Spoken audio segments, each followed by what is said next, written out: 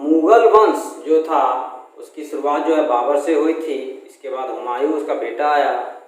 उसके बाद जो है बीच में एक सरदार आ जाता है जिसका नाम था शेरशाह। तो आज उसके बारे में हम लोग जान जाते हैं कि 1540 से 55 तक क्या हुआ। तो आज हम लोग जानेंगे शेरशाह के बारे में। किसके बारे में? शेरशाह के बारे में। इसका शासन काल जो था 1540 से लेकर 45 ईस्वी तक था। शेरशाह ने क्या किया था? सूर्यवंश की स्थापना की थी। सूर्यवंश की स्थापना की और सूर्यवंश का जो शासन काल रहा वह 1540 से लेकर के 1555 के मध्य तक रहा था। तो सबसे पहले शेरशाह के बारे में जानेंगे कि इसकी शेरशाह के बचपन का जो नाम था वह क्या था? फरीद खां। शेरशाह के बचपन का जो नाम था वह क्या था? फरीद खां था।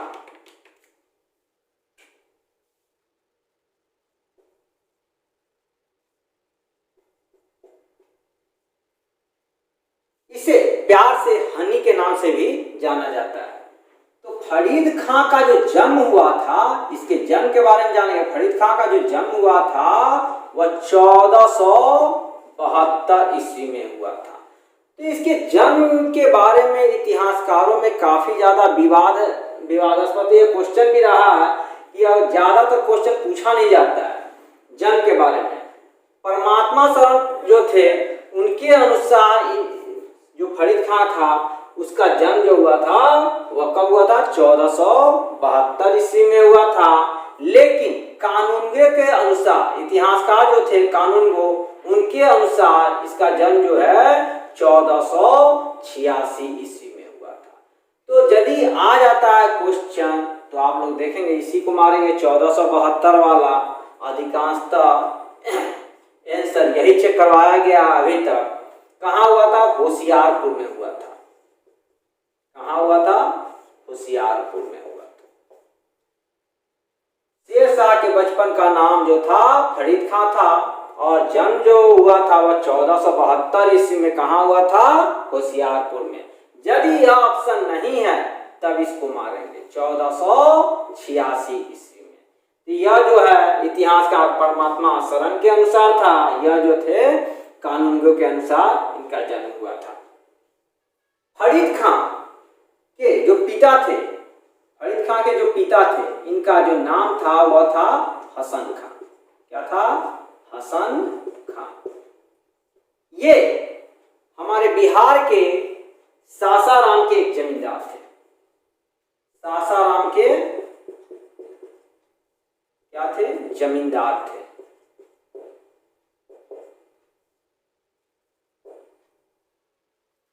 कहा जाता है हसन खां ने कुल 4 शादियां की थी। ऐसे तो इतिहास में काफी ज्यादा लोग शादी करते हैं, तो इसके बारे में हम लोग नहीं जानेंगे।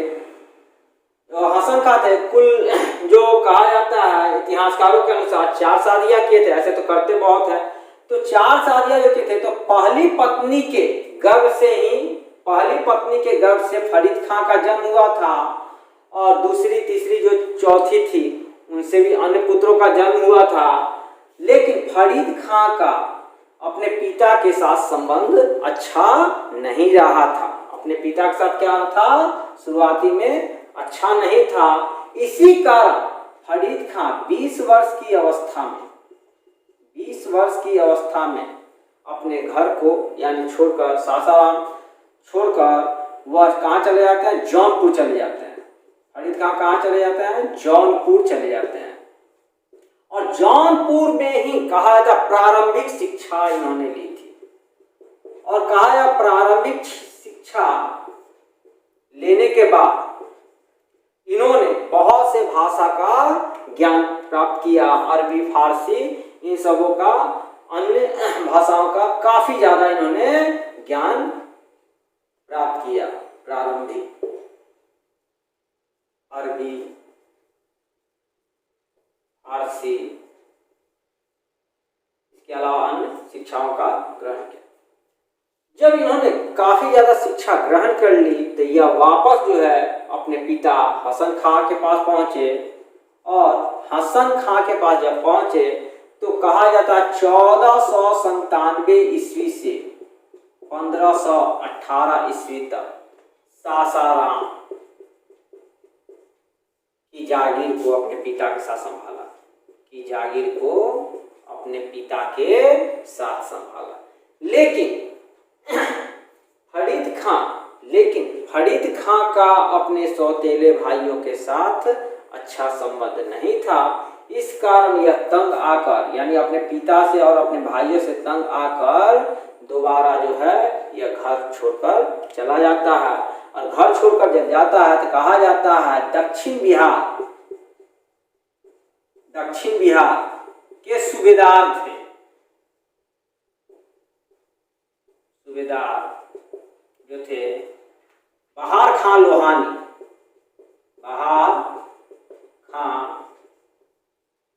लोहानी के पास जाकर क्या करने लगता है, नौकरी करने लगता है। और कहा जाता है इनका जो पुत्र था, बहार खां जो लोहानी थे, इनका जो पुत्र था जलाल खां, उसी का फरीद खां क्या होता है, संरक्षक बन जाता है। तो वहां पर जाकर रहने लगता है। एक बार क्या होता है, फरीद खां एक शेर को एक तलवार के वार से ही उसकी हत्या कर देता है। तो एक शेर को जब वह मार देता है एक तलवार से के वार से ही, इसकी बहादुरी से खुश होकर बहार खां लोहानी ने इसे शेर खां की उपाधि दी। किसे? फरीद खां को, क्योंकि इसने क्या किया था, एक शेर को मार दिया था। तो इससे क्या हुआ, बहार खां लोहानी खुश होकर शेर खां की उपाधि दी। और इसके बहार खां लोहानी ने शेर खां के साथ मिलकर दक्षिण बिहार का जो साम्राज्य था उसका काफी ज्यादा विस्तार करने लगा। काफी ज्यादा क्या करने लगा, विस्तार करने लगा। और अपना नाम जो है बदलकर अब मोहम्मद शाह कर लेता है। क्या कर लेता है, मोहम्मद शाह कर लेता है। और दक्षिण बिहार का शासक बन जाता है। और पूरे दक्षिण बिहार का क्या बन जाता है, शासक बन जाता है। तो कहा जाता है दक्षिण बिहार का शासक बनने के बाद बहार खां लोहानी ने अपना नाम जो है मोहम्मद शाह रखा था। क्या रखा था, मोहम्मद शाह रखा था। दक्षिण बिहार का शासक जब बन गया तो उसके बाद बहार खां लोहानी का नाम क्या पड़ जाता है, मोहम्मद शाह पड़ जाता है। इधर शेर खां जो है यह काफी ज्यादा चर्चित होने लगा था। तो कुछ सरदारों ने क्या किया, षड्यंत्र रचना शुरू किया। इस तरह से शेर खां क्या करता है, वहां से बहार खां लोहानी यहाँ से छोड़कर भाग जाता है, यानी वहां से चला जाता है। और मुगलों की सेना में भर्ती हो जाता है। कहा जाता है उस समय मुगल वंश का जो शासक बना था वह उस समय था कौन, बाबर था। उस समय कौन था, बाबर था। तो चंदेरी का युद्ध हो रहा था बाबर और मेदिनी राय।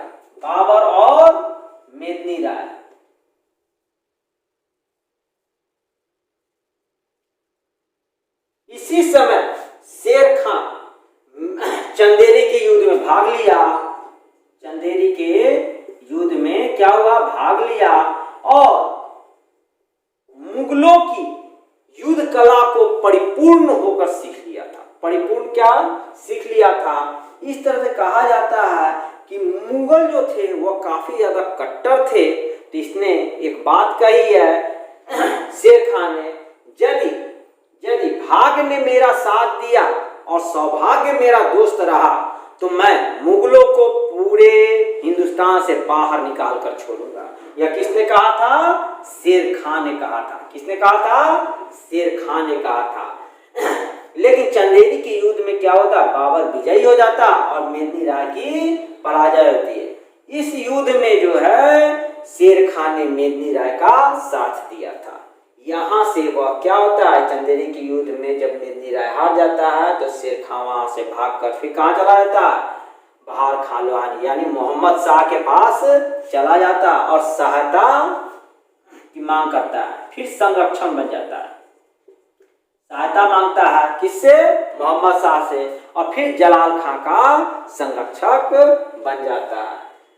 जैसे ही वह संरक्षक बन जाता है तो कुछ दिनों के बाद मोहम्मद शाह यानी बहार खां लोहानी की क्या होती है? मृत्यु हो जाती है। और बहार खां लोहानी की जब मृत्यु हो जाती है तो पूरे साम्राज्य यह एक अपॉर्चुनिटी रहती है शेर खां के लिए। यह क्या करता है? पूरे साम्राज्य को अपने पास रखने के लिए यह क्या करता है? इसकी विधवा जो थी दूदू बेगम, किसकी? बहार खां लोहानी की जो विधवा थी दूदू बेगम, यानी मोहम्मद शाह की जो विधवा थी दूदू बेगम, उससे क्या कर लेता है? विवाह कर लेता है। कौन? शेर खां जो है किसके साथ विवाह कर लेता है? दूदू बेगम के साथ। यानी अब शेर खां का पुत्र कौन बन जाता है? जलाल खां। कौन बन जाता है? जलाल खां। इधर जलाल खां क्या करता है? कुछ सरदारों के साथ बंगाल की ओर चला जाता है। कहाँ चला जाता है? बंगाल चला जाता है। कहाँ चला जाता है? बंगाल की ओर चला जाता है। अब खुला मैदान एकदम साफ रहता है। अब शेर खां क्या करता है? पूरे दक्षिण बिहार का साम्राज्य का शासक बन जाता है। पूरे दक्षिण बिहार का क्या बन जाता है? कौन? शेर खां अब क्या बनता है? शासक बनता है। और शासक बनने के बाद इसने उपाधि धारण की हजरत ए आला। क्या उपाधि धारण की? हजरत ए आला। यहाँ पे नहीं दिखाई दे रहा होगा आप लोग को, यहाँ पे लिख देते हैं हजरत ए आला की उपाधि धारण की। हजरत ए आला की उपाधि धारण की। इसका स्क्रीनशॉट लेंगे आप लोग।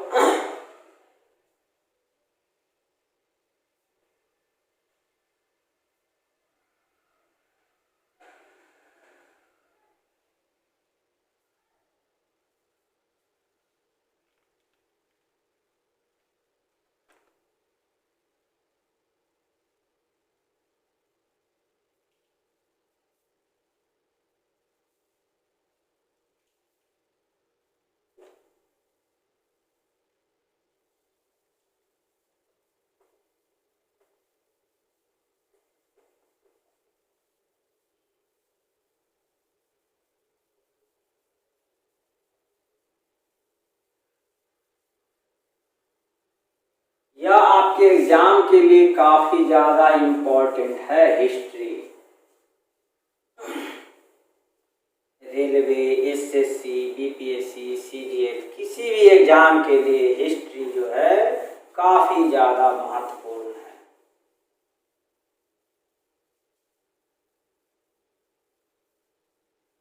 हिस्ट्री याद करने की चीज नहीं है। जब तक इसकी कहानी को आप दिमाग में रखेंगे आपको याद रहेगा। आप देखते होंगे हम बिना किताबों के ही पढ़ाते हैं, और अपने बैच में भी आप लोग देखें, हमारे जो भी स्टूडेंट है जानते हैं हम बिना किताबों के ही पढ़ाते हैं। एक अच्छा टीचर वही होते हैं जो बिना किताबों के ही पढ़ाए। और पिछली बातों को भी याद रखना जरूरी है। अब देखेंगे शेर खां ने किसके साथ विवाह कर लिया था? अभी तक शेर खां पढ़ा रहा है। शेर शाह ने, शेर खां ने किसके साथ विवाह किया? दूदू बेगम के साथ। दूदू बेगम के साथ विवाह करने के बाद यह दक्षिण बिहार का क्या होता है? अपने आप को शासक घोषित कर देता है। इस तरह से इधर क्या होता है? यह चुनार के किले जो अवध में पड़ता है, चुनार के किले का घेरा डालता है। उस समय चुनार के किले का शासक जो है वह कौन रहता है? ताज खां। कौन रहता है? ताज खां। ताज खां की एकाएक मृत्यु हो जाती है 1530 ईस्वी में। 1530, किसी बुक में 1529 मिलता है, लेकिन सही है जनवरी में ही इसकी मृत्यु हुई थी। 1530 में क्या होती है? ताज खां की मृत्यु हो जाती है। और ताज खां की जो पत्नी रहती है, यानी अब जो विधवा बन जाती है, उसका नाम था, वो जो काफी ज्यादा सुंदर थी, उसका नाम था लाडो मलिका, लाड मलिका बोलते हैं, लाड मलिका या लाड रानी, इसे रानी भी कह के बुलाया करता था। शेर खान ने क्या किया कि अब तो दक्षिण बिहार को अपने कब्जे में कर लिया था, बंगाल को अपने कब्जे में कर लिया और धीरे धीरे अपने साम्राज्य को विस्तार करते चुनार को भी क्या किया, अपने साम्राज्य में मिला लिया। तो चुनार भी उसके और काफी ज्यादा संपत्ति हासिल की, काफी ज्यादा क्या की, संपत्ति हासिल की। जब इस विधवा से यानी लाड मलिका से या क्या करता है, शादी कर लेता है, जैसे क्या करता है, रानी की उपाधि प्रदान करता है। कौन, शेर खान। अब देखिए अपने साम्राज्य का विस्तार करने के लिए काफी ज्यादा युद्ध लड़ता है। तो मिलते हैं नेक्स्ट वीडियो में।